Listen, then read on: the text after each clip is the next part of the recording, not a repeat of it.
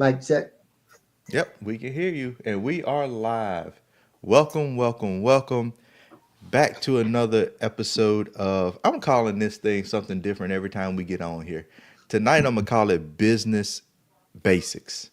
And what we're talking about tonight, what I want to cover, and I didn't even tell my partners what we were talking about, but I've been seeing things. I read an article where it was talking about businesses not being VC backable. And so it was actually specifically talking to minority companies.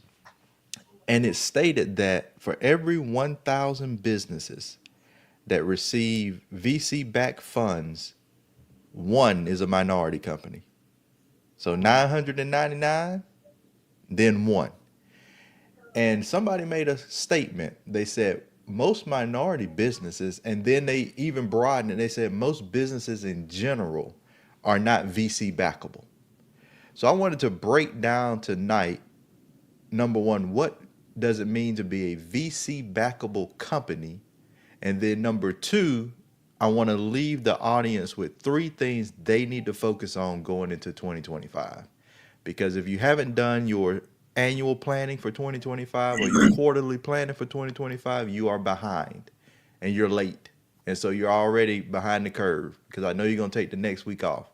So you need to do your planning, and I'm going to give you the three things that you need to focus on. Kyle, how you doing tonight? Sean, how you doing tonight? Doing good. Outstanding. Doing good. Outstanding. Thank you. Thank you. Busy day, but outstanding. Always good, productive. Very good. Very good. So let's jump right into it. From your perspective, what does it mean to be a VC backable company? Good. I would say when you say VC, we're talking about venture capital. Yep. And so businesses, first of all, you got to be set up as a business. So you got to be structured properly. You can't do it as a sole proprietorship. So whether it's LLC, where you could probably do it through a promissory note like that, or if you become a C corp, where you could basically raise capital through like a PPM, private placement memorandum. Um, I would say mainly, first of all, make sure your paperwork is in order. I's dotted and T's crossed. I can't tell you how many times we talk to people and we say, well, you have your satisfactory letter from the state, and they're like, huh? That's number one. If you don't have that, then, you can't get anything else together. And then from there, I mean, are you up on all of your taxes? If your taxes are not caught up and you haven't done that, then that's not going to put you there. And one of the key things that happened with Sean and I'm probably stealing some of Sean's thunder with this, is that whatever certifications that you can get qualified for, make sure those certifications you have and they're up to date. For instance, we were minority diversity supplier certified. We were a public utility. We were, a private entity. So all of those things that we had, they were up to date. And that's what helped when we were turning on one. Go ahead, Sean. Yeah. I think my beliefs are, well, one of the reasons why is, first of all, a lot of minorities don't go to VCs. I'm willing to put money on it. That is probably 98%, 99% of minorities don't go to VCs. And that's because they're either getting the money from the bank or bootstrapping, right? Um, Also, the 2% that go to VCs and get rejected, or a fraction of that or whatever.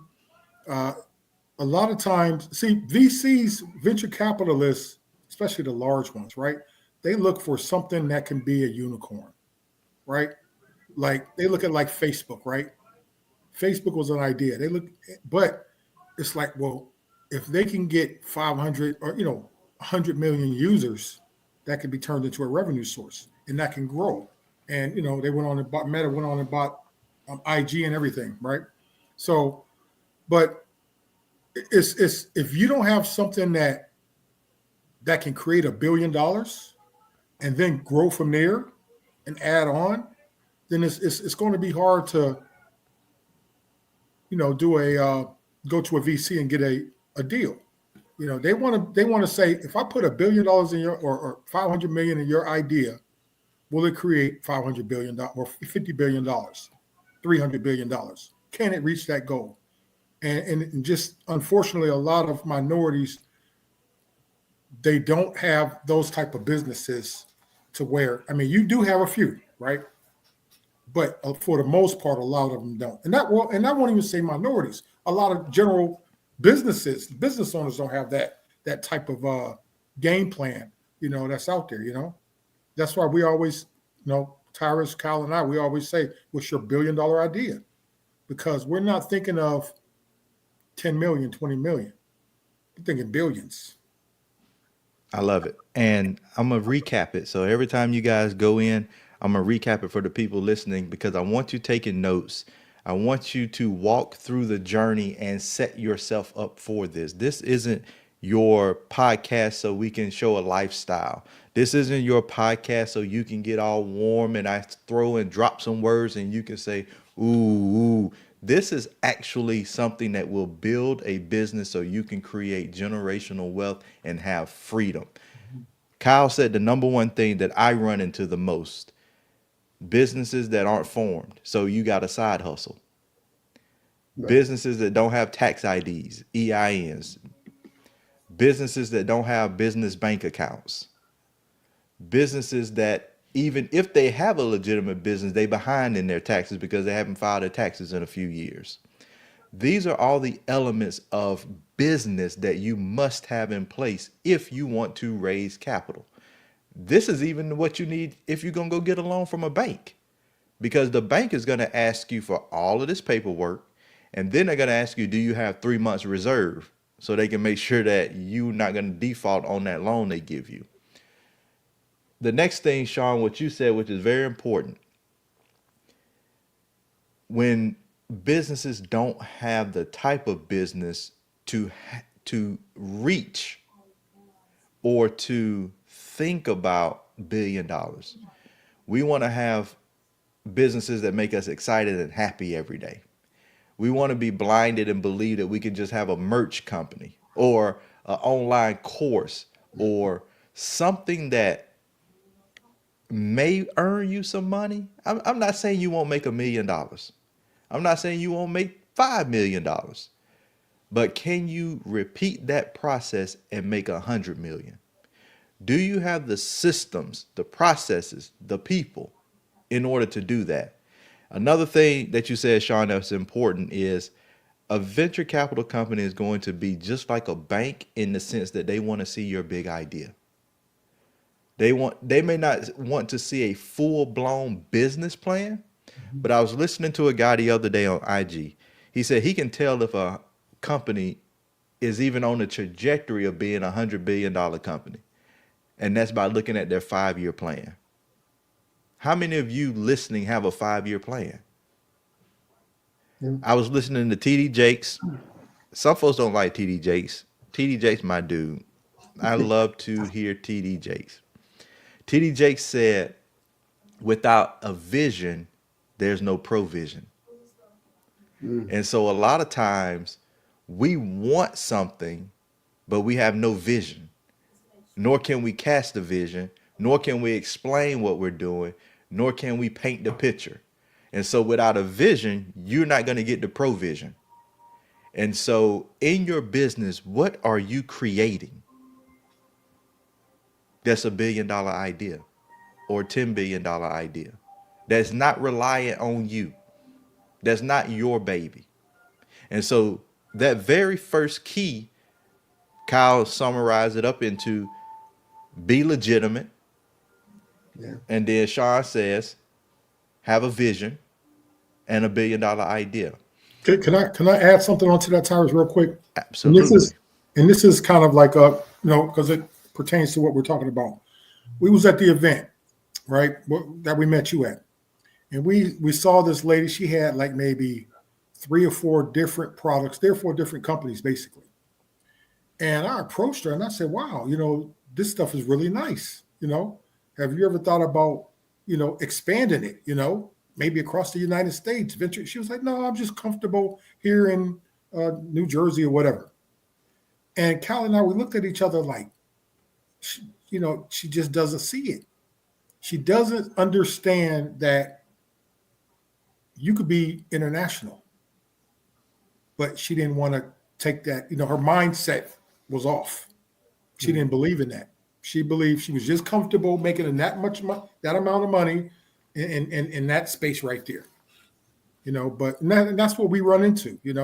We come across people all the time, and we have to force them to see the vision of their company. And it shouldn't even be like that. Business owners should automatically. I mean, right now we were just talking about $1 billion.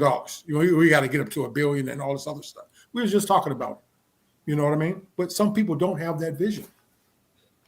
So then there's a question. I want to run a business. I want to be wealthy. I want to make impact. I want to leave a legacy. I want to leave generational wealth for my kids. But I don't necessarily have the vision. What do I do? That's a great question. Get somebody else's. Hmm. If you don't have it, it's not a problem. But, Einstein stated the mind that created the problem is not the mind to solve it. So, a lot of times when we're talking to people, that's the reason why we step in. And that's the reason why we take a piece of people's companies because we probably can see their vision further than what they can see it. Why? Because we've already been there. And when we've already been there and you know what it takes to get there, a lot of times they're like, man, you guys are talking, saying stuff, man, I've never heard of that before. And again, what we teach, you're not going to learn in school. They're not going to teach you, where you're at in college or whatever. You're going to have to get it from basically, hard knocks. And that's what we've learned. But again, I can share with you over and over again, time and time and time. Sean and I were in the room with other people. Matter of fact, just today we got a phone call. We got a phone call from one of them guys that was back in the day with us. And when he was back in the day, what we're doing now, and guess what his message was? Hey, Kyle, man, great to talk to you, man. Man, you talk to you a minute. I need a deal. You know what I'm saying? That we like what? I called Sean. Hey, yo, listen to this message, bro. I mean, think about it. Look what we're doing now. We're teaching people how to do what we did years ago, and we got people who we worked with back then. Here's the thing: I need a deal. Crazy, but that's again, that's just lets you know. Sean and I was thinking on a different level Yeah. back then. Yeah, that's good. And I like what you said about if you don't have a vision, get somebody else's vision. Yeah. And I mentioned this last night that the company, I don't know the name of it, but they're basically the Robin Hood of Canada. Mm-hmm. And so they looked at what Robin Hood was doing in the US and they was like, oh, the people buying stocks, they're able to trade, blah, blah, blah, make it real simple, make it easy. We're going to do this in Canada. So they didn't recreate an idea. They didn't bring it up from scratch. They didn't dream it up. They looked at something and copied it, and they did $200 million last year. Yeah. So if you don't have a vision or you feel like you're in a place in your business where you just don't see it, look around. I saw somebody else say on LinkedIn, they said they believe the next $1 billion companies are going to be companies that just redevelop apps that are already in existence. They're not going to create new ones. They're just going to redevelop ones that are already in existence and add AI to them. So for you out there, figure out how you can recreate something, add on to something, or hire or partner with something. I think that is another key that we miss is partnerships. Everybody want to do it on their own. Everybody want to have their own business. Everybody's scared to give up a piece of the pie. Well, when you have a pie that don't have anything in it, you got zero. I'd rather have 50% of $1 billion than 100% of $0. So talk to us a little bit about, because I know you guys have mentioned this before you see it, about the people who either are afraid to partner, they don't want to partner, and they're afraid to cut up that pie with multiple people. Yeah. It's what happens is this, right? And there's a popular rapper. He goes around saying, "I own 100% of everything," and now he's kind of broke. And he might not be broke in regular people's terms, but he's broke compared to where he used to be. but he always used to brag about, he owns 100% of everything, movies and everything. And it's like, what's the success rate of a business, right? All you got to do is look at the successful rate, the success rate. What is it? 80% of businesses go out of business in the first year or something like 90%. So Yep. you're putting your money into something that's going to lose 90%, or you have a chance of winning. Your chance of winning is only 10%. That's not a good deal. But what I would rather do, right, is I would rather have a piece of my deal, right? Let's say 90% or 80% of my deal, but I would rather have investors invest in that deal. So now my money is not at risk. The investors' money is at risk. And you know what the beautiful thing about it, Tyrus? The beautiful thing about it is if the investors lose their money, the PPM says on there, you can lose all of your money. So it tells you right there, you can Yeah. lose all of your money. So why invest all of your money? If I can give up 10% of my company and they can get me to $20 million, right? Why invest your money? It doesn't make sense to me. I'm keeping my money in the bank or insurance or whatever, and let investors invest in my company, keep 90%, 80%, 70% of my money, right? And then if unfortunate things happen to where I lose my money, I'm protected because the PPM says you can lose all of your money as long as you do everything and you try your best to make this company succeed. But Mm-hmm. the reality is the reality. Sometimes it just doesn't work. I told a story in our class a couple weeks ago, and Jeff Bezos, when he was starting, Amazon, he went to his family. So think about it, he Yep. bootstrapped, right? Went to his family, but he asked his family for $250,000. So they all pulled together and they got that money up, and then he had to have a conversation with him. And that conversation was, you could lose your entire investment. Can you imagine that conversation with your family? Now, first of all, can we as a people get $250,000 together? With I don't know how many other people we got to get together to get that much money. But then to understand that that's your conversation. Now you could lose all of your money. All right. And then after that, after he got it up and going, then he went back to some other folks and said, hey, look, you know what? I'm going to give you 20% of this company that I got started, but I need $1 million. So they gave him $1 million and he had to give up 20% of his company. So let me ask you a question. If somebody's going to give you $1 million, would you give up 20%? Because Sean, how much is that 20% worth now to those investors? 250 billion.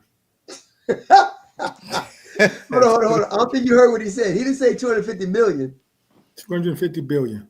He gave up 20% of his company for $1 million, and now that 20% is worth $250 billion. Why aren't we having more conversations like that? You can Yeah. easily own 100% of that. I mean, you can easily, this guy, he basically said, he don't like investors. He don't want people owning a percentage. What would he have now? What would he have? He wouldn't have the Amazon if Bezos didn't get these investments. He would not have Amazon. Oh, and by the way, how much of Amazon stock does Jeff Bezos own? It's less than 12%. Right. It was 13%. Now he owns 9%. So all you people out there saying, oh, well, I don't want to get my company taken over. Jeff Bezos owns 9%, and there's no way in the world somebody's going to be the only person who can take it over would probably be Elon Musk. And I don't think he's concerned with that. Let me show the people this image. And so in 2023, Lendio did a survey, small business owner survey. And of course, you guys can see it says, how did you raise or how did you fund your business in the first 3 months? 54% bootstrapped, meaning you put your own money into it. 12% friends and family. 14% bank loan. So you're already taking debt on a new company. Online lender, 3%. That's another loan. Venture capital, 3%. Crowdfunding, 3%. Credit cards, 4%. 7% other. So when we're looking at this, of course, we know that most people bootstrap coming out of the gate, but more people put their business or funded their business in the beginning on credit cards than people went to venture capital. And so we're not even thinking of that possibility. 3%. That means instead of thinking, oh, let me go to a venture capital firm, let me go to someone, they will go to their credit card because this is what, and if you're listening, I am anti online guru and I've worked with a lot of them. I am anti people telling you to just put it on your credit card and figure it out. Just put it on your credit card. You'll figure it out. When then you just carrying around debt and interest or taking a loan out. You have to position yourself and think outside of the box that you're in. If you're listening and you've been to an event, ask yourself, when I left that event, what did I actually have? What did I walk away with? And what can I apply to my business? Because if all of these people that go to all these events implement it, we wouldn't be having this conversation of small businesses going out of business. Right. The rate of small businesses increased over the last year 50%. New small businesses. 80% of them going to be out of business by next time we had this conversation next year. Yeah. How do we change the trajectory of what we're doing with our businesses? And I want to bring another topic up, but I'm going to pause there to see if you guys have any feedback from that graphic. And I'll put it back up just so you can kind of see the numbers. If you have any feedback on this graphic, your thoughts, your opinions before I jump into that next topic. Yeah, it goes back to what I was saying. Most people either, they either go get bank loans or fund their own deals. You know, I mean, that's right there. That's what 68%. You got Yep. friends and family. That's what 80%, right? My math is correct. So Yep. 80%, and then credit card is the other four. So that's funding your own deals too. Credit card. So that's 84%. So it's only 16% that go to outside sources to fund deals, and this should be the opposite. It should be, companies like us to help you get you leads. It should be VC companies, because listen, I'm not going to put my money in nothing if it's mine. I'm always going to have somebody else put their money in my project. And if you write up a great, outstanding, beautiful, decorated pitch deck, and you have all your stuff together, like Cal mentioned earlier, people will come to you and give you money. Especially if you have a sizzle, you have a great story. People will give you money. They will throw money at you. Yeah, But you got to have a great story. I mean, I actually, I'm like every time I start a business, I'm gonna start a business and I'm gonna ask for investors. My thinking is this, if you want to put your personal money into it, you must not believe in your business. So you're gonna put your own personal money in there and basically your hard-earned money that you saved or whatever put together to start your own business. But once that's gone, what do you have? Like Sean said, you've got the protection of the financial instruments to protect you so that you could live to see another day. But when you turn around and how many times have you heard Milton Hershey declare bankruptcy 4 times before he made it? So if he put his own money in there, he ain't got 2, 3, 4 times because he's gone that first time. How many people out there who had great ideas and now you can't go in because you lost all your money in that first time? And that's the reason why I share with people, if you don't believe in it, if you don't have enough strength to go in and say, look, let me ask somebody else, you probably need to ask somebody so they can turn around and chop it up for you and make you get better. Because if they don't chop it up and you go launch this thing and it ain't ready, it's not there, then you go out. I remember we were talking to somebody a few months ago, and this person, and I can't tell you, this ain't the first time. We've heard it several times. I've sunk all my money into it that I'm going to put into it. Yeah. Bye. Yeah. Because you're going to be gone. Elon Musk right now is raising $6 billion. Yep. He's not. You think Elon Musk can cover that 6 billion? Of course He's he worth can. $447 billion, and he's raising money. If He said that don't, he said I would rather take your money, Cal, and I would rather take your money, Tyrus. I'm not putting my money in this. right? I think that's a different mindset completely. I Of think because course it what you is. said, Kyle, is different from what you always hear. Most people come up saying, well, if you believe in it, you got to put your own skin in the game, your own That's money what in they the say. pot. Yeah. You got to, and now to look at billionaires, they don't necessarily do that. Right. When they started raising capital. When they come up in Silicon Valley and from all those in Stanford and these other incubators, they're learning right in that spot to raise money. And so they come out. And so access to understanding and people teaching them that no, you don't put your own money in this. Now you put your hard earned, you put your sweat, your blood, your tears to drive it and work to bring the vision to reality, but you don't have to put your capital. And I think that's the thing that we're missing. And now I'm confused because when I think about it, and I've been to these conferences, I've been to these real estate events, I've been to all these networking events, everybody wants to figure out how to do the thing with no money down. How can I not spend any money but make millions?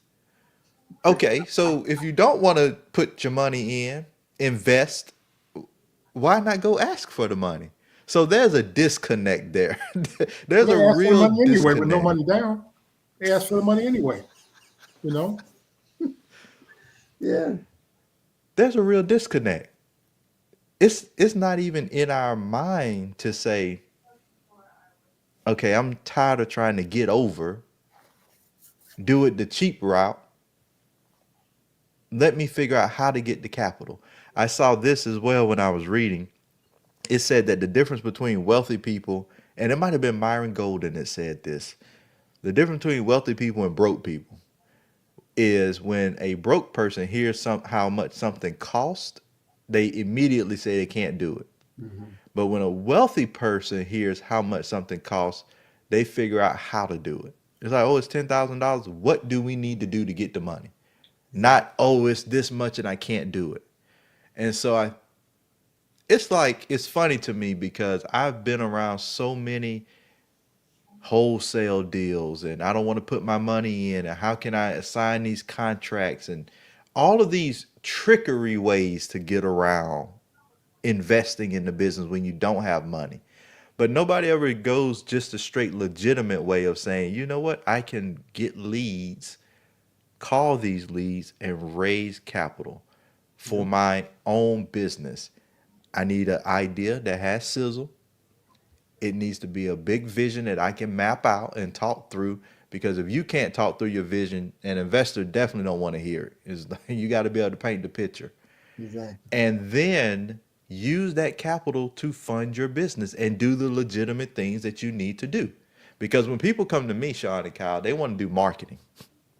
They want to run ads, and I say, well, how much you got to do for your ad budget? I want to start out with $100 a month. I said, what?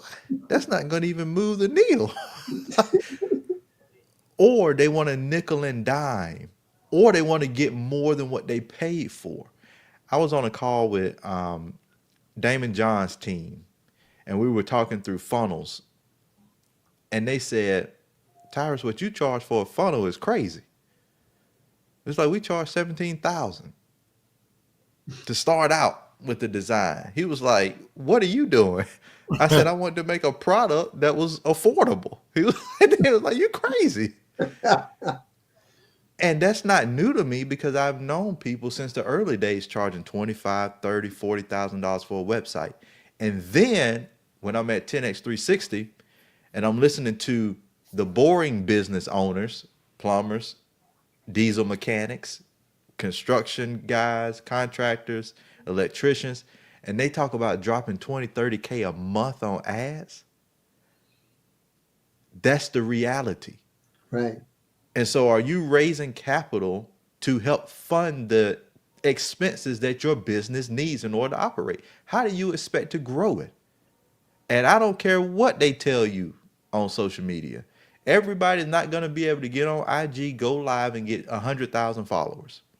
Right. Every influencer, I had a guy come to me, had a call, and they said the influencer told them they could get, I think, 100,000 or something, 200,000 followers just by saying their name. I said, whoever told you that lied. They lying to you. It don't work that way. Just because the influencer says your name doesn't mean people are going to flock to you and follow you and like your product and buy from you. They don't know you. Right.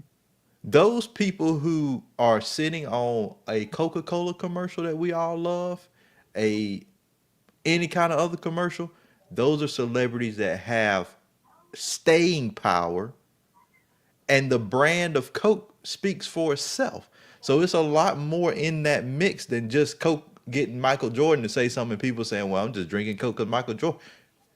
Grant Hill likes Sprite. Well, I don't like Grant Hill, so I'm not drinking Sprite. It don't work that way. Right.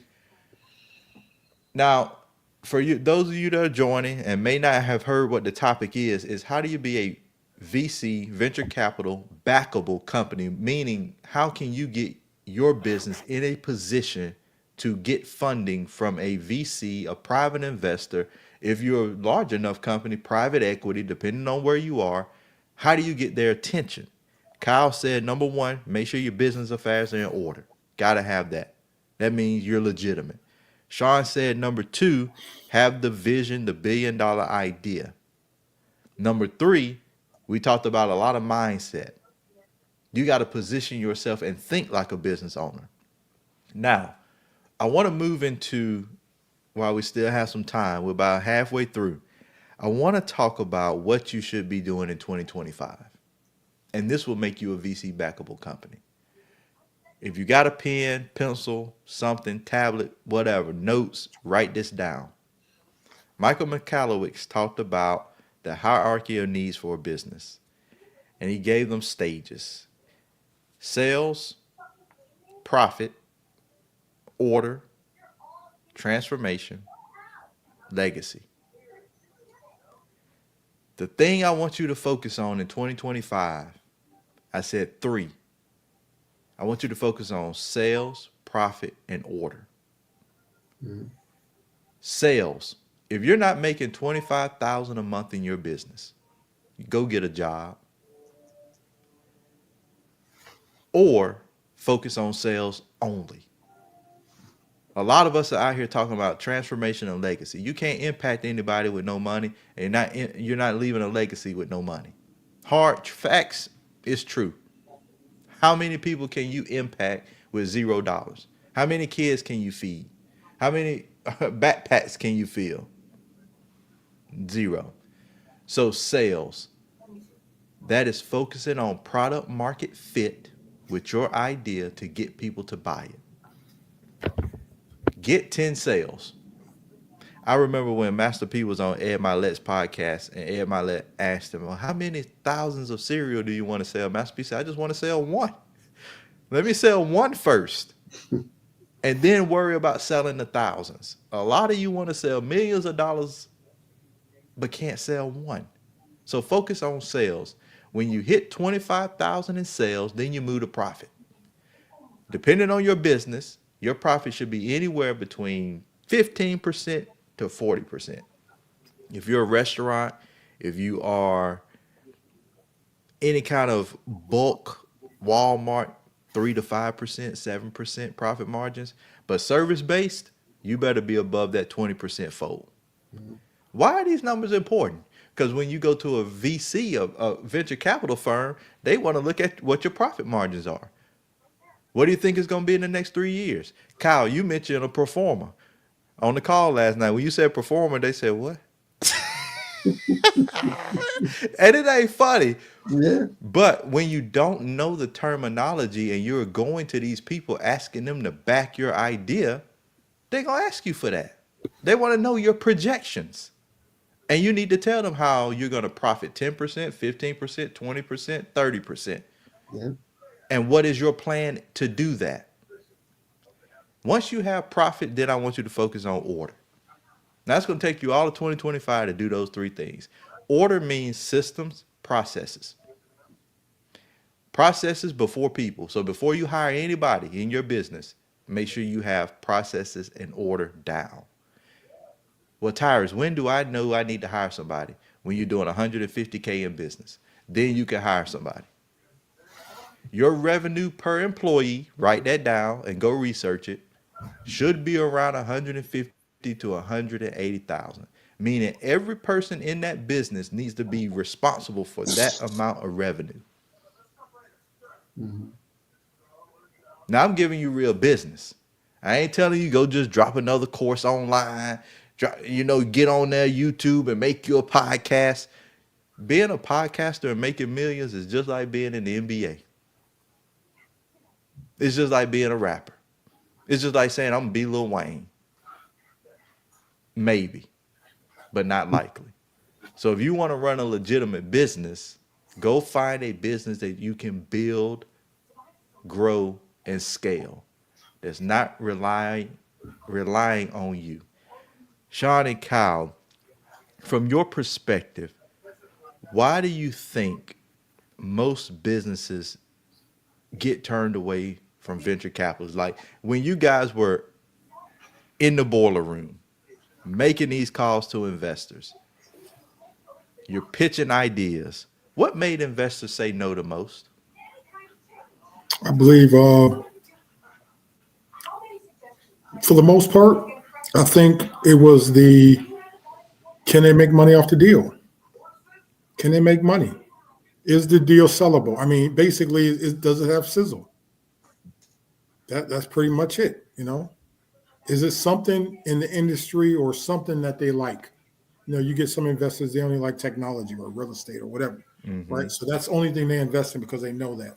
So if you're calling a real estate guy for technology, then he might pass on the deal. But again, it's you know how much money can they make off the deal? If you call it, and then another thing, if you're calling a guy, let's say this guy's worth 50 million, right? And you're pitching him a $100,000 idea. That's nothing. To make 10% on your money, that's nothing. That's pennies. That's a vacation for him. So he's gonna say, not this time. Call me back. Oh, I'm busy right now eating dinner. Call me back later. Never answer your phone. He blocked you. So yeah, that's why when you do deal, that's why again, when you do these deals, I always say, what's your $1 billion idea? Because when you're looking at raising capital, you want to raise for that $1 billion idea. Is Elon Musk raising for 100,000 just to get office, or just to Right. get a product?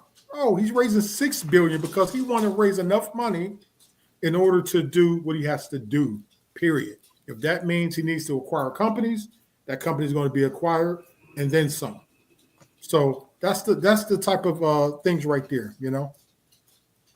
And I even want to kind of change times. I want to change it a little bit. So think about this. Think about the conversation that Elon Musk is having with investors. And think, all you business owners out there, think about this, because it's as again, it's WIIFM. What have you done for me, right? What's in it for me? So if Elon Musk is raising $6 billion, you think the people that he's talking to, you think that they know that he's worth 447 billion? He's worth more than Zuckerberg and Bezos put together. So when they're calling, pitching his deal, what do you think the conversation is?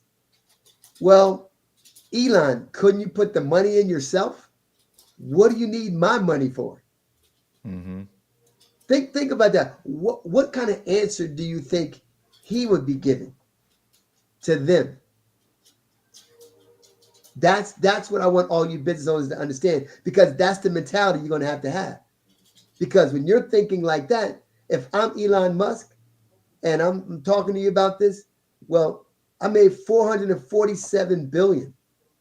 Would you like your money to come up too? Yeah. You know what I mean? Then you need to come with me. Because how much you think I'm going to make this worth? But yet, and still, most of the time, the people that have these businesses, what they're doing is they're still trying to get there. So because they're still trying to get there, they're not thinking from the other perspective. When I bought my first shell, I remember speaking to the gentleman who's across from me. He was a public traded company, and he was selling me a shell. And he used to be a stockbroker. And he told me, he said, Kyle, I realized that when I was selling stock to people, I need to be on the other side of that table. And that's why he transitioned from selling stock to becoming a public traded company. And when he had that transition jumped on me because at the time I was a venture capitalist. And I'm like, I need to be thinking like him. What path do I need to take to get where he's at? Because that's exactly what I don't want to keep sitting up there offering these deals. And Sean and I would sit up there, we would say, look, we're smarter than these people. We're smarter than the people that are running these companies. Why can't we do this? And then they would turn around and tell us what they wanted to do, how they wanted to negotiate with us, and all this. And we're like, what? And then after that, if they didn't, then they kick us to the curb. They were treating us as VCs that way. And we had to change our paradigm shift. It was a mind shift. That's good. I think, and we talked about this, that Robert Smith had that same paradigm shift when he did some deal, and he made 5 million. They made 5 million for the company, but the guy made 100 or 200 million, and he Right. was like, "I need to move from this spot to that spot." And so it's always that's a great point, Kyle. And this is why if you're not networking as a business owner, you're not having conversations, you will miss this completely. Mhm. And I think some of the online world hurts us in that manner. Yes, we can reach more people. Yes, we can do all of these things virtually. But it's something about sitting on the other side of the table and hearing someone and then being able to imagine yourself in that seat and doing the thing that's necessary to transition and trade places. Maybe they should go watch the movie Trading Places. Go watch Trading Places. That'll give you a little insight into what that looks like. But that's a great perspective because once you see it and you understand it, then you think about how do I get there? Another great show that I love, and I was like, man, Billions was my show. Talking about Axe Capital and him being, they're trading and they're buying and they're managing assets. And then as they grew, he was like, well, who's really making all the money Mhm. with less headache? It's the banks. So then he wanted to be a bank. And so there's always this transition of where you are now to the next thing that can put you in a different stratosphere. Your job as a business owner is to figure out first where you are. I do a 7 steps to 7 figures course and I do classes on it. And the very first thing I start with is location. Where are you right now in the business? Some of us don't know that because the only thing we try to do is pay the next bill. And Right. so we're not even thinking about business or strategy. We're thinking about how do I get the next bill? Let me start this side hustle so I can pay my next bill. We're not thinking about building a business.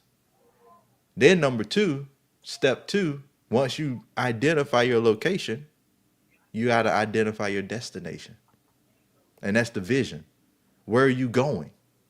Because without knowing that, you can't sell the vision or the dream to somebody you don't know. So when I think about, and I had this conversation with a friend of mine either last week or the week before, we were talking about, and I had this, it's funny because I had this conversation probably in 2016 with flipping real estate. Let's talk real estate for a few minutes.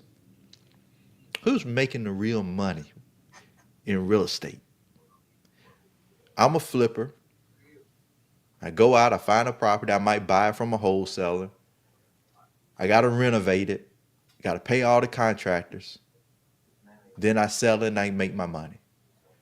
Well, we start seeing that the hard money lender that loans the money that may be 12% interest That Lone with 2 or 3 points, 12 and 2, 12 and 3. And he got the junk fees. So I'm going to charge you for property inspections. I'm going to charge you for docs. I'm going to charge you for this. And doing the math, we saw that lenders are making more money than flippers Wow. on the on the deal with less headache. There you go. There you go. And then let's talk about this, because this goes right back to raising capital. They might not be raising all the capital, but they'll go to the bank, get the bank's money, 4, 5, 6%, loan you that money as a hard money lender for 12% and 3 points. They walking away with 6% with the 3 points, and none of their money is in the deal. Yeah. Exactly. Exactly. Now, how many of y'all out there talking about how can I become a hard money lender? How can I do that? Right. See, but see, that's the thing, Tyrus. Access. When you have access, then it's a whole nother game. And Yeah. so many times, us as business owners, we've never had that access. Sean and I tell you every day, like, look, you know what? Hey, if we didn't get in there because of where we were backdoored in. We didn't come through the front door. Right. And it kind of add on to what you say, Cal, because you make an important point. Access. My mother, she worked at General Motors for 27 years, right? So right before I was going to go into the fabulous Air Force, the greatest fighting force on earth, she said, well, I can get you into General Motors. And I'm like, wow. So she worked in General Motors for 27 years, and they paid her decent. I remember she made like $60,000 a year. And I chose to go in the Air Force. So when I left, because I just didn't want to be like, work somewhere for 27 years. So when I went to England, right, some British guy was investing in mutual funds in the United States. And it was just me and him. We was on a post late at night. And I asked him, I said, you investing in stocks? And he explained everything to me. So he had the access. And that's when I first became interested in the industry. My mother, she didn't know it, She was, she didn't go to college. I was raised in Ohio, didn't go to college or nothing. My mother, only thing she knew was to work, blue collar, straight up blue collar work. But then when I left and I met another gentleman from England who just happened to be invested in mutual funds, he explained to me how everything worked. And that was my start right there. So now I started reading books about it. And when I had switched bases, went to New Mexico, and I got a phone call, and it was like, hey, man, we out here, we raising capital for these companies. We helping these companies get money and all this other stuff. And it's like, wow, where's, the stocks and everything. So it just all added up to me. And that was one of my reasons why, after my 4-year mark, I got out the military. One of the main reasons to move out, and I moved out to California. This was back in the 90s. And I've been learning ever since. I got licensed, learned more, but that access is something, because some people is just not exposed to this, especially in the minority community, where we just are not exposed to VC venture capital and having investors invest in your company. Yeah, I want to, and I'm going to let you jump in, Kyle. I want to say this, and I want to use my own personal story, my own transparency to help some people not make the same mistake. In 2016, I was told by a successful guy how to run a hard money business. That's what he did. I worked with him. I helped him with digital marketing, some operation stuff. And he showed me the blueprint. why did I still go out there and try to flip properties? I didn't listen. He told me not to do it. He told me when I started a property management business, he said, don't do that. He was like, you way too smart to do that. Look at this business. Look how much money I make. And look at the, I, I know, I don't think you say he sleep. I think he did. You say he sleep real good at night. No Mhm. worries. But I didn't listen. And I went the hard route. Now I've learned lessons from that that helps me today.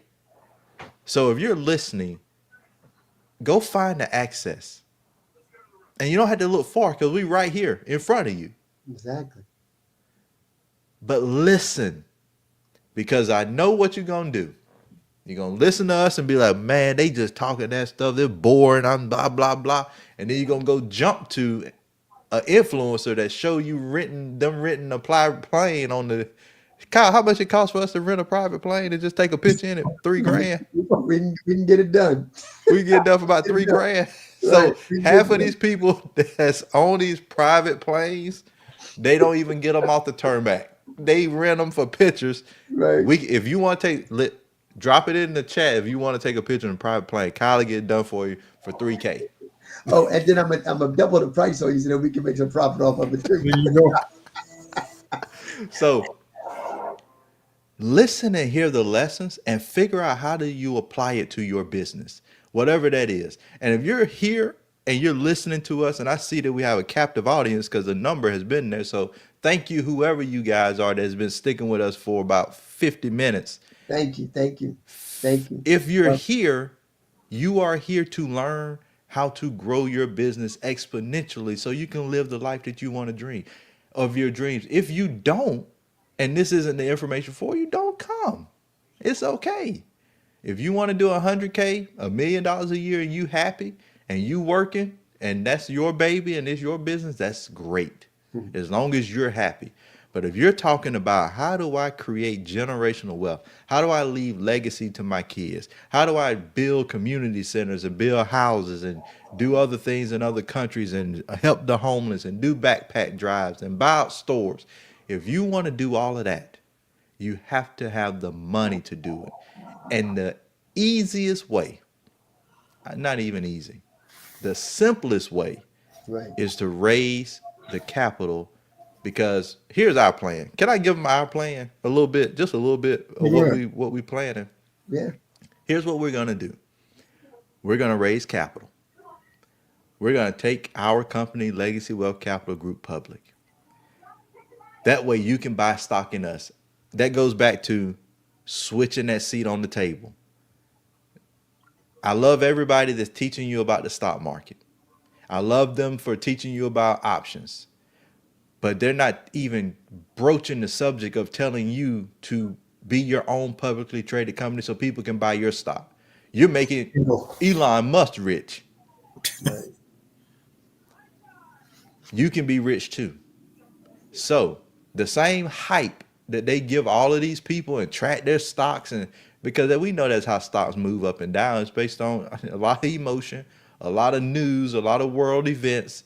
You can get that same hype. So anyway, going back to what we're talking about. Once we become a pub, and not even once, as we're on the journey to becoming a publicly traded company, so you can go buy our stock, we're gonna focus on mergers and acquisitions. We're gonna buy these companies that y'all don't like, the boring companies that's making cash. They got cash flow. They're making millions. Your plumbing companies, your HVAC companies, your roofing companies, your diesel mechanics, your trucking businesses. You know what? I think about, his name is real quick, Alex. Cyrus, Go for it. real quick. Did you hear what he said? How are we expecting to grow? How are we going to grow? Are we going to go out there and make $1 billion worth of sales? No, we're going to raise the capital and we're going to go out there and acquire companies. One of the best ways to get to $1 billion is to acquire it. Acquire your way to $1 billion. Sorry about that. I just wanted to And make that point right there. very good. And that's what most of them do. If you look at all the billionaires on the list, Most of them get to that point by acquiring other companies. That's how they do it. Mergers and acquisitions. I know Alex with Good Energy sells a trucking course, has everybody out there buying trucks. They're doing dispatching. I wonder if anybody, because I don't know, but I wonder if anybody in his group, or I wonder if he ever taught people to merge and say, I got a little bit of capital. Let me raise some capital and go buy 4 or 5 other trucking companies. Because what I do know is not everybody can run and operate that business. You need someone who can merge a couple of trucking businesses together and put a nice CEO in that position and make more money. And so you may say, okay, Tyrus, you guys, you're public, people buying your stock, you buying companies, you merging them, you putting them together. We're going to grow those companies and scale them. And once we get them to a certain point, they become attractable, or they attract what we call middle market private equity firms. These are firms who buy businesses worth anywhere from $25 million to $150 million.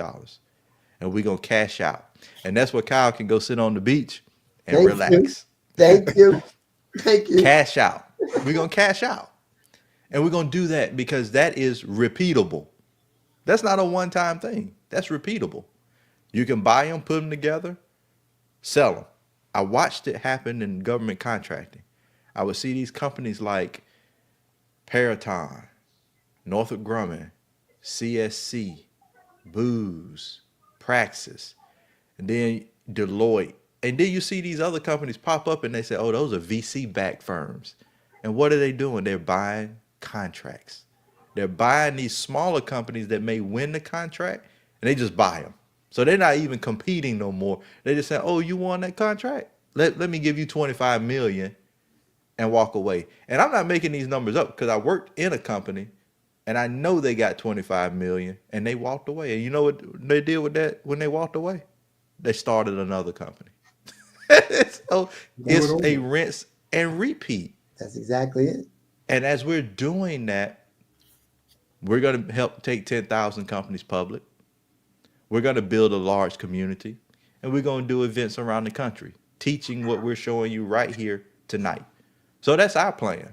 And what is your plan? Go forward. Because what you were saying, but I want to make sure, does anybody know what's happening to right now? This is 12/19/2024 for you. Got it written down. What's happening between Nissan and Honda right now? They're talking about merging. Why? They want to compete. They want that's two major multi what 100 million, whatever it is. Why are they coming together? Because somebody's acquiring somebody. All right. Somebody's acquiring somebody. The other person's going to go to the beach like me, but somebody's coming together. That's what they do. They acquire. If you're a business, you need to understand, grow your business. And that's why you need to have investors, because they're going to help you grow your business. If you're just interested in basically working and doing what you do day to day or whatever, you don't have a business. You got a job. You got a job. That's what you have. That's not a business. Some people have a hobby because they ain't making no money in their business. Right. Right. They got a hope and a wish. I just wanted to put that out there because that ain't the only merger, but I just want to put that out. That's happening right now before our eyes, and people aren't even noticing it. It happens We're every not day. even looking People at don't it. notice it, you know? Exactly. That's what, exactly. Now that I'm actually in it and I'm looking and I'm studying, it's happening every single day. Yeah. But I want to go to an event that's going to teach me how to podcast. Right. Scratching my head. Scratching my head. All right, good people. As we wind this down, I want to show you this. Do we want to This talk is about coming one? up. Here we go. This is coming up March 28th and 29th in Charlotte, North Carolina. We are doing our event, Learn How to Raise Capital to Grow Your Business. Now, as you are listening to this, when you go to that link, that site is not all the way ready. I wanted to give you a teaser, but it will go live tomorrow by noon Eastern time. You'll be able to get your ticket and join us in Charlotte, North Carolina, as we teach you how to raise capital. That's not all we're going to be talking about, though. We're going to be talking about scaling businesses. We're going to be talking about marketing. We're going to be talking about the systems you need, the mindset you need. We're going to give you pretty much the blueprint that you can walk out with and raise capital. And so make sure you save this, screenshot it, look at the link events.legacywealthcapitalgroup.com. You don't even need the slash home, just events.legacywealthcapitalgroup.com. Go there, make sure you grab your ticket because we are going to deliver information that nobody else is giving. And so as we get ready to close out, guys, you have any last words? Yeah, that's one of the things that I want people to understand is this: whatever the mind can conceive, it will achieve. And I just want to share that, guys, there's nothing special. And I'm not speaking for Sean or Tyrus. I'm speaking for myself. Nothing special like me. I'm a kid from Jersey, grew up from Jersey. And just like Sean said, you know what? I mean, I didn't have people around me that were rich. Our neighborhood wasn't rich. Our street wasn't rich. The town that we in wasn't rich. But guess what? I got access. And once we got access, turn around and put a fire in me to do something different. And that's where it came from. And that's why now we're just excited to teach it to other people. Yeah, for me, all it took was I've always wanted it. I remember I used to look on the news and they would show the ticker symbol on the bottom. And I would always think, what is that? And nobody would ever knew. In my environment, nobody knew. Nobody knew what that stuff was. So, again, when I met this guy in England and he told me what all of this stuff was, he basically was coaching me every day, and it was, he opened up a whole nother world for me. And these deals, like Cal is saying, they're happening every day, every single day. And the little men, us, right? We're not a part of it because we don't have access to it. We don't know how to do it. Now, Cal and I, we actually know how to do it. We know how to do companies, buy companies with cash or capital and shares. So, yes, you can do, let's say, a 506 and acquire companies from the 506 shares. So now you don't even have to use your capital. You can acquire companies, and we've done it. We've acquired companies with shares of our company. So there's so much stuff out here that the average business person could take advantage of, but it's just not happening. But you guys is missing out big time. I'd like to thank you guys for coming. Again, we're going to have that seminar in March, the end of March. You guys get a chance to meet us personally, talk to us, and good luck with you guys' business. Absolutely. All right, good people. Have a very happy holidays. Merry Christmas if you celebrate. We won't see you again until after Christmas. So enjoy yourself, be safe, enjoy your families, and think about your 2025 Real quick, Kyle. sales. Real quick, Tyrus. Is there a website we can get in touch with us? They can go to webinar.capitalraisingacademy.com. Go there. You can get in touch with us there. And we are releasing. I got to give them the new website. Go to legacywealthcapitalgroup.com. Legacywealthcapitalgroup.com. We just launched our brand new site today. Go check us out. You can contact us on there too. Sign up for our newsletter. It's going to tell you everything about what we do. So we got a lot for you in store. Enjoy yourselves. Thank you, and we will see you next time. Happy holidays, everybody. Thank you.